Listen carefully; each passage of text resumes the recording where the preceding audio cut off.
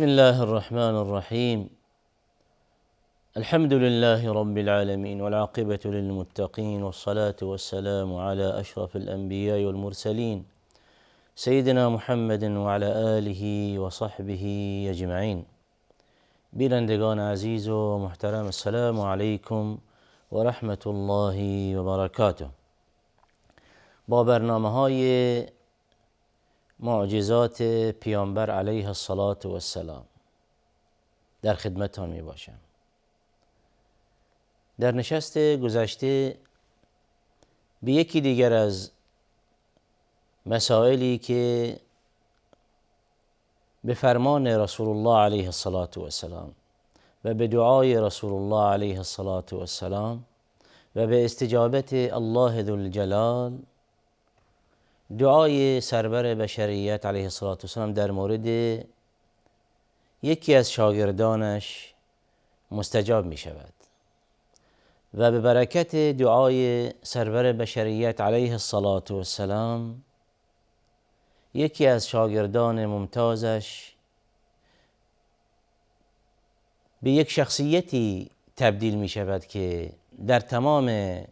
شؤونات زندگیش موفق می شود و در جانب امور مادی بیش از اندازه و بیش از حد توقع اون صحابی بزرگوار مادیاتی کسب می کند و در تجارتش توفیقات عالیه‌ای به سبب برکت دعای رسول الله علیه الصلاة و السلام حاصل می شود. عرض شد بر این که یکی از معجزات دعای رسول الله علیه الصلاة و السلام در مورد این صحابی بزرگوار به نام عبدالرحمن بن عوف رضی الله عنه استجابت می شود. عبدالرحمن بن عوف اون چیزی که از خود نقل می کند و در این مورد در نشست گذشته به طور کافی و وافی مسائلی عنوان شد، نقل می کند که آنچنان برکت دعای رسول الله علیه الصلاة و السلام در زندگیش برکت داشته، آنچنان توفیقاتی حاصل شده که میگوید چنان که سنگی جا به جا می کردم برای من خیری داشت، نفعی داشت، سودی داشت. و این پیامد بسیار مهمی است برای اینکه رسول الله علیه الصلاة و السلام وجودش، شخصیتش کلاً برکت می باشد، برکت در تمام جوانب. از این بابت صحابه کرام شاگردان ممتاز رسول الله علیه الصلاة و السلام همیشه تلاش داشتند و سعی می کردند که به گونه خودشان به پیامبر علیه الصلاة و السلام برسانند، یا اینکه دست خودشان را در دست مبارک پیامبر علیه الصلاة و السلام بگذارند، و یا اینکه همانطوری که در احادیث صحیح ثابت شده است این است که زمانی که پیامبر علیه الصلاة و السلام وضو می گرفتند، صحابه با یکدیگر درگیر می شدند که کدام یکی خودش را به پیامبر علیه الصلاة و السلام برساند و اون آب اضافی که از وضوی پیامبر علیه الصلاة و السلام می چکد حریص بودند که اون آب حتی به زمین نخورد. اونها را دستهای خودشان را زیر دستان مبارک پیامبر علیه السلام می گرفتند تا اون آبهای قطرات آبی که می چکد به دستشان برخورد و بعد به جسم خود می مالند. این یعنی تبرک جستن به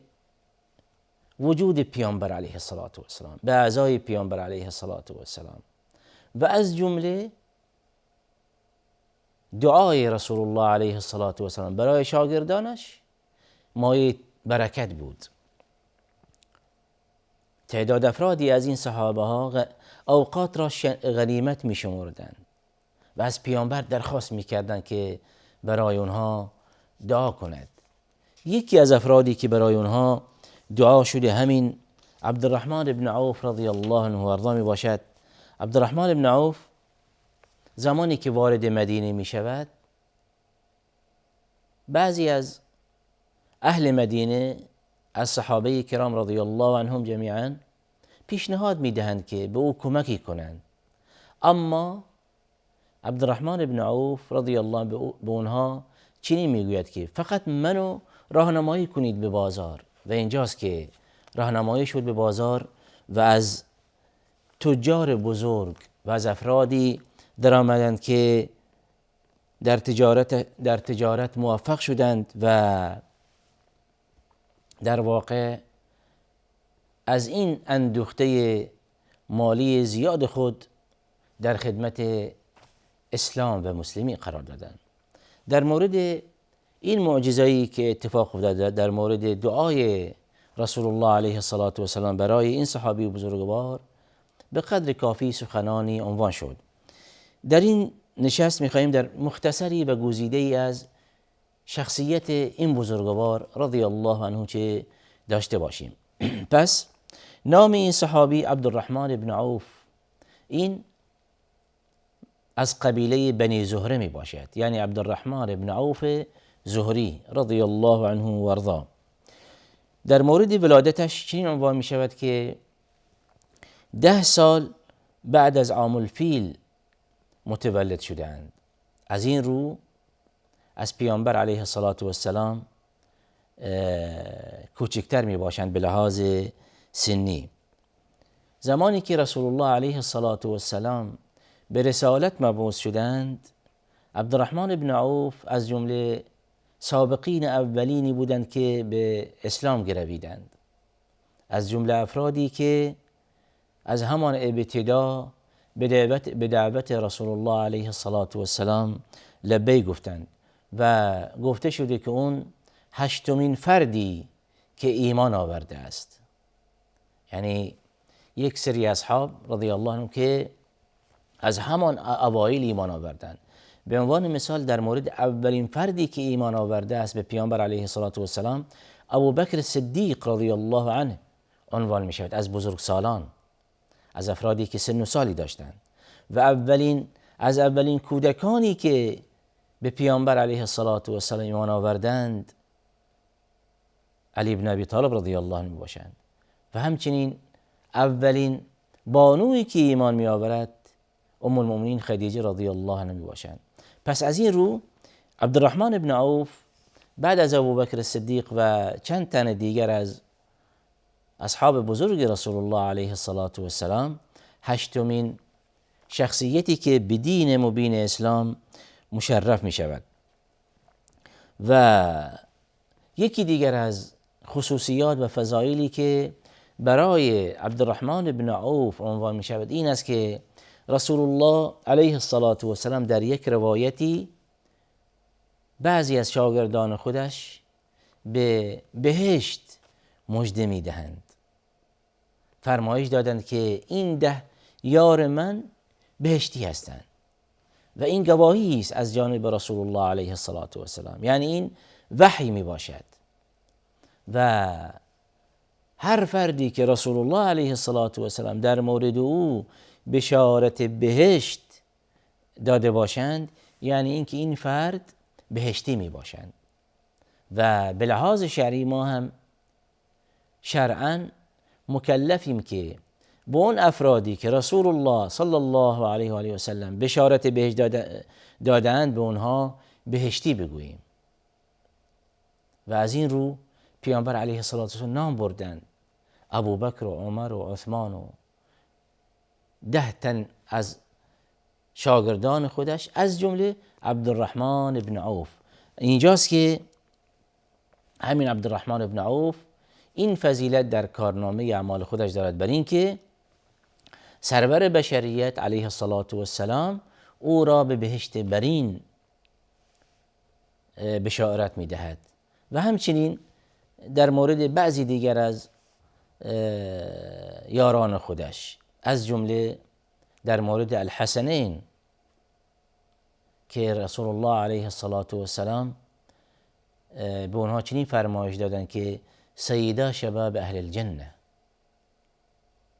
و همچنین در مورد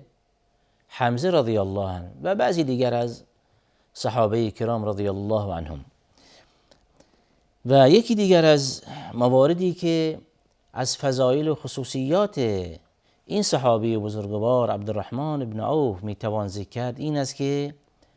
زمانی که امیر المؤمنین عمر بن الخطاب رضی الله عنه پس از خلافت تقریبا 11 ساله مسلمین، اینجاست که در نهایت امر افرادی به عنوان کابینه خلافت برای مسلمین معرفی کردند از قبایل مختلف، افراد مهم و گزیده صحابه، و این افرادی که در واقع پیامبر علیه السلام اونها را تزکیه نموده و آنها را به بهشت معرفی فرموده، از جمله علی بن ابی طالب، عثمان بن عفان و عبدالرحمن بن عوف و 3 تن دیگر. اینجاست که عمر بن الخطاب رضی الله عنه عبدالرحمن بن عوف را یکی از 6 نفر مستحق خلافت و یا 6 نفری که در واقع اهلیت این دارند که خلافت مسلمین به عهده میگیرند چه معرفی کردند و در نهایت با اون زهدی که داشتند خود عبدالرحمن بن عوف رضی الله عنه از خلافت منصرف میشوند و در نهایت بعد از عمر بن الخطاب رضی الله عنه عثمان ذی النورین به خلافت میرسد. مورد دیگری که در این جانب در مورد عبدالرحمن بن عوف ذکر می شود این است که عبدالرحمن بن عوف در غزوه ها و به ویژه در اولین غزوه بدر مشارکت داشتند و به عنوان یکی از سربازان اسلام معرفی می شود و همچنین در کارنامه اعمال او چنین ثبت شده که او رضی الله عنه 2 هجرتی داشتند به حبشه و همچنین به مدینه و از بزرگان علمای صحابه ذکر می شوند. یکی از افرادی که در زمینه‌های مختلف قضایای دینی مرجعی می باشند. و از مناقب مهم عبدالرحمن بن عوف این است که رسول الله علیه السلام به امامت او اقتدا کردند، یعنی اینکه رسول الله علیه السلام سرور بشریت پشت سر عبدالرحمن بن عوف نماز خواندند. اون چیزی که در روایت ها به طور صحیح عنوان می شود پیامبر علیه السلام در 3 مورد اقتدایی داشتند. اولین مورد به فرشته وحی به جبرائیل علیه السلام اقتدا داشتند و اون در ابتدای فرضیت نماز برای اینکه جبرائیل طریقه و کیفیت نماز خواندن به رسول الله علیه السلام آموزش دادند. مورد دومی که باز هم در روایت ها ثابت شده این است که زمانی که رسول الله علیه السلام کسالت داشتند اینجاست که ابوبکر صدیق رضی الله عنه امامت مسلمین به عهده داشتند و پیامبر علیه السلام به امامت ابوبکر صدیق رضی الله عنه هم نماز خوانند. مورد سوم این است که رسول الله علیه السلام به امامت عبدالرحمن بن عوف رضی الله عنه، همین شخصیت مورد بحثمان، امامت مأمون بودند، یعنی به امامت عبدالرحمن بن عوف اقتدا کردند. در غزوه تبوک همونطوری که در روایت های صحیح نزد امام بخاری رحمت الله علیه عنوان شده، در غزوه تبوک پیامبر علیه السلام برای قضای حاجت رفته بودند و از ابتدای وقت نماز پیامبر علیه السلام تأخیر داشتند و زمانی که رسول الله علیه السلام باز میگردند اینجاست که عبدالرحمن بن عوف نماز رو اقامه کردند و شروع کردند به نماز و اینجاست که رسول الله علیه السلام به رکعت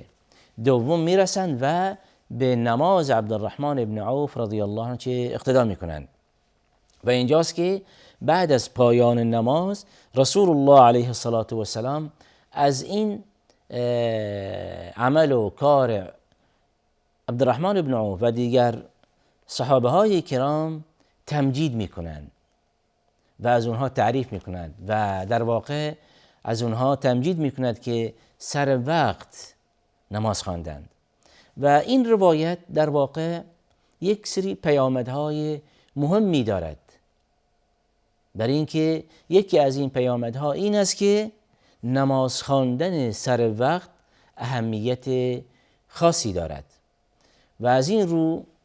رسول الله علیه السلام زمانی که به نماز رسیدند به امامت عبدالرحمن بن عوف اقتدا کردند و این فضیلتی است برای یک فردی همچون عبدالرحمن بن عوف رضی الله عنه، منقبت بزرگی است، یک در واقع امر کمی نیست که سرور بشریت علیه السلام